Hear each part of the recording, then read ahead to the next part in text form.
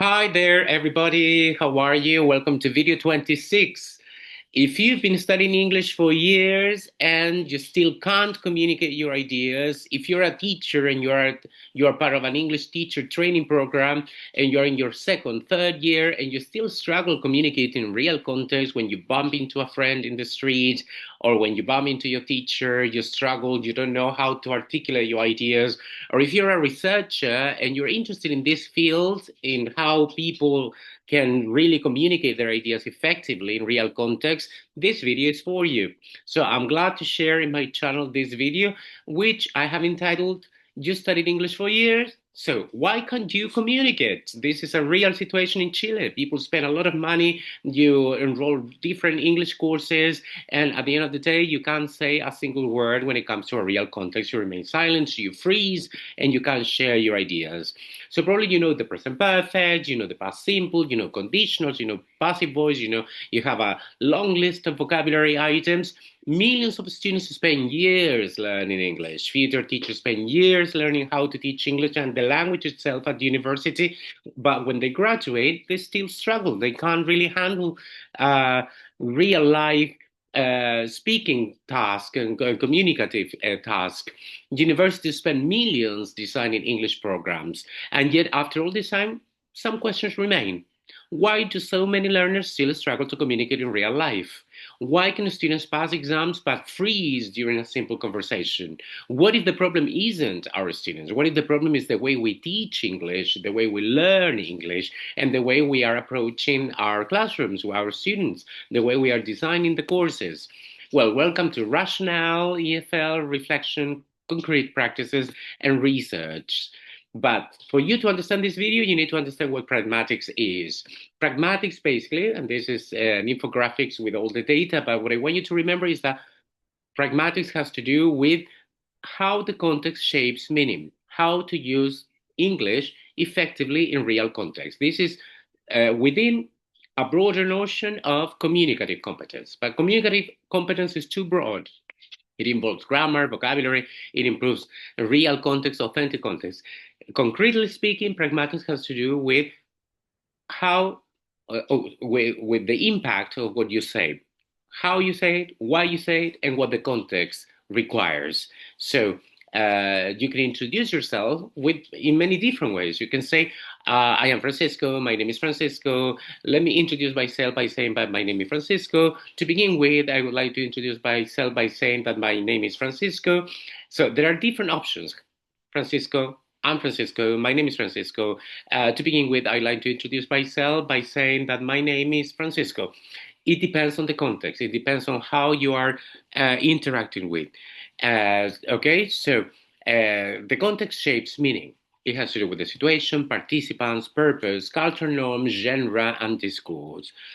Um, Okay, so there are different ways to communicate your ideas effectively, and pragmatics has to do with how you communicate in real context. Since in Chile we don't have real context because everybody speaks Spanish, the classroom is the only context, and sometimes we only acquire one only sentence, which is my name is Francisco. I am Francisco. Two options, but there are too many options depending on the context and depending on how we interact with others. So firstly, we lack real opportunities to develop pragmatic competence. For decades, communicative competence has been one of the guiding principles of English language teaching, and teacher education programs emphasize grammar, methodology, assessment, language acquisition theories.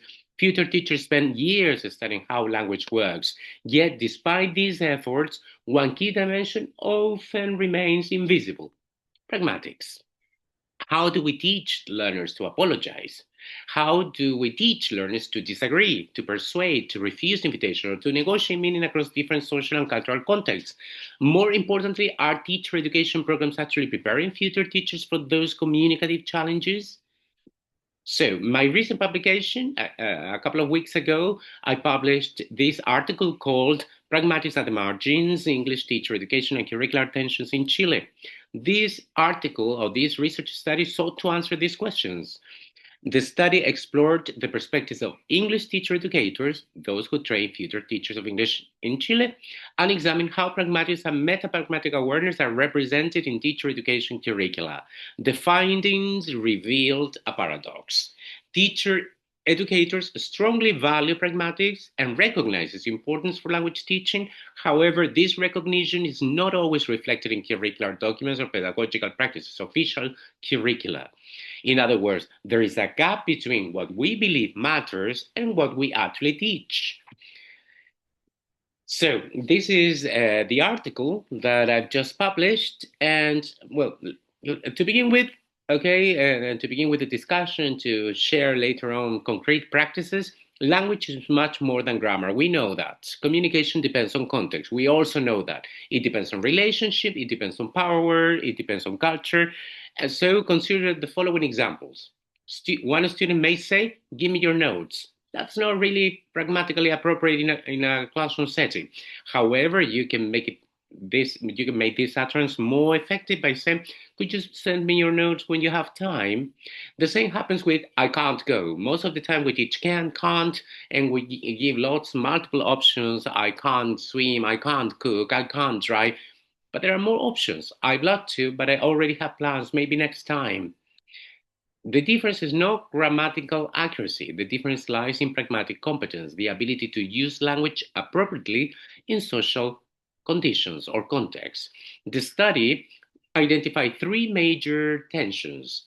First, pragmatics is highly valued by teacher educators, yet it is only partially represented in curricula.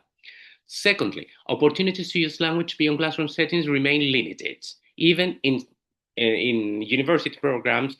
So, something interesting about the research study is the fact that among teacher educators, there are few opportunities for language development or to practice pragmatics.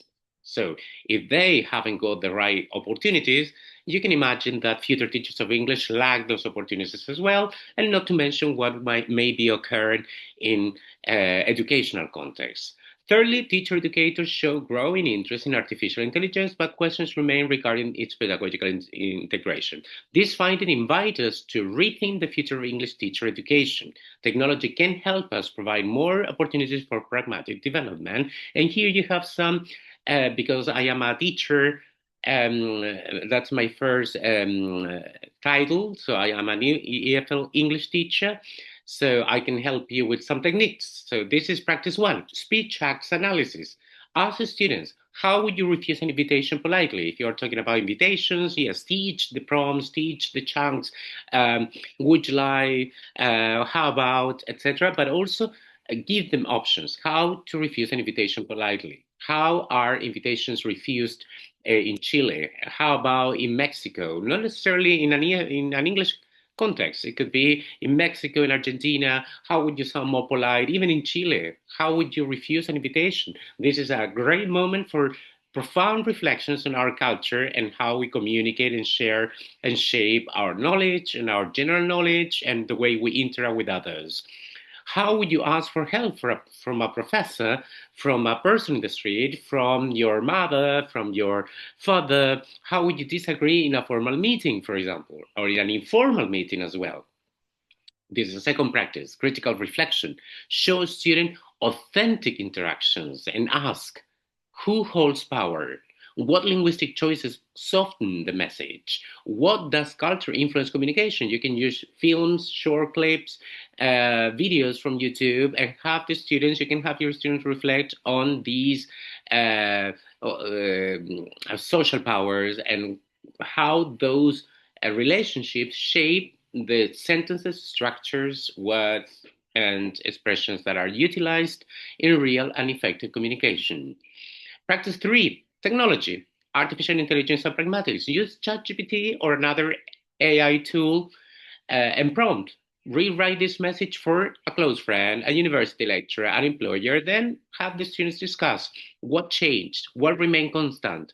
Can AI foster metapragmatic awareness? Metapragmatic awareness has to do with how you justify your choices, your linguistic choices. If you're able to justify why you've said, um, dear madam, dear sir, Hi, Pedro. Dear Pedro. Hi there. How's it going? I hope this message trusts you well. There are multiple options to open an email to share ideas formally, informally, in a neutral way, and pragmatic, according to the evidence, international evidence, must be taught explicitly, not implicitly. Students will not, and if you are a learner, you will not develop effective communication if you are not trained to use the right chunks, the right phrases, the right structures in specific contexts. That's for sure. We identified and we found out that in an empirical study. Food for research. This is, if you're interested in doing research in pragmatics and EFL, I got these questions that can help you um, getting inspiration and think about and persuade your research, your own research studies. If communicative competence is central to language education, why does pragmatic remain at the margins? Should pragmatic competence be explicitly assessed in teacher education programs? Most of the time we use rubrics, standardized rubrics from the CEFR, but we don't have anything related to meta-pragmatic awareness or pragmatic awareness. Has the student utilized the right expression? Has the student, we only focus on grammar, vocabulary, interactive communication, pronunciation, intelligibility, and that's fine. That's part of the international standards. But how can we measure that students are really using authentic language in contexts where options are limited? How are we making sure that those students will later on encounter a job interview, will address their bosses effectively in a real context? How are we measuring that in informal context they will be picking out the right structures, the right sentences? So a good EFL teacher should be able to know how the language works, how to teach the language, and also how to use it properly in different contexts. And the next question would be, how can teacher educators bridge the gap between theory and classroom practice?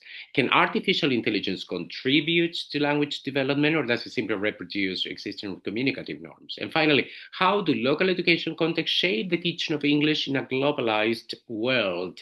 We also need some references, okay, language references. We need to know about cultures. We need to know how English is spoken in real context. At the end of the day, what we are teaching is English, not Italian, not Spanish. We are teaching English, and English comes from a very specific place.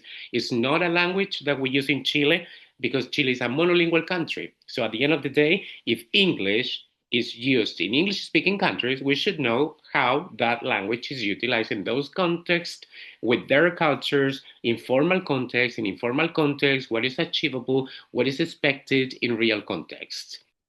So, teaching English is not only about teaching grammar, it is about preparing learners to interact, negotiate meaning, and participate in complex social worlds. If pragmatism remains invisible in teacher education, which is now the tendency, communicative competence will always remain incomplete. Thank you for joining the Rational EFL Reflection and Concrete Practices and Research. And if this discussion resonates with you, subscribe, leave your comments, your thoughts below, and join the upcoming live sessions in which we'll be sharing more about how to be a better English learner, a better EFL English teacher, and also a good language researcher that is connected with our current needs. Okay, see you in the next video. Bye.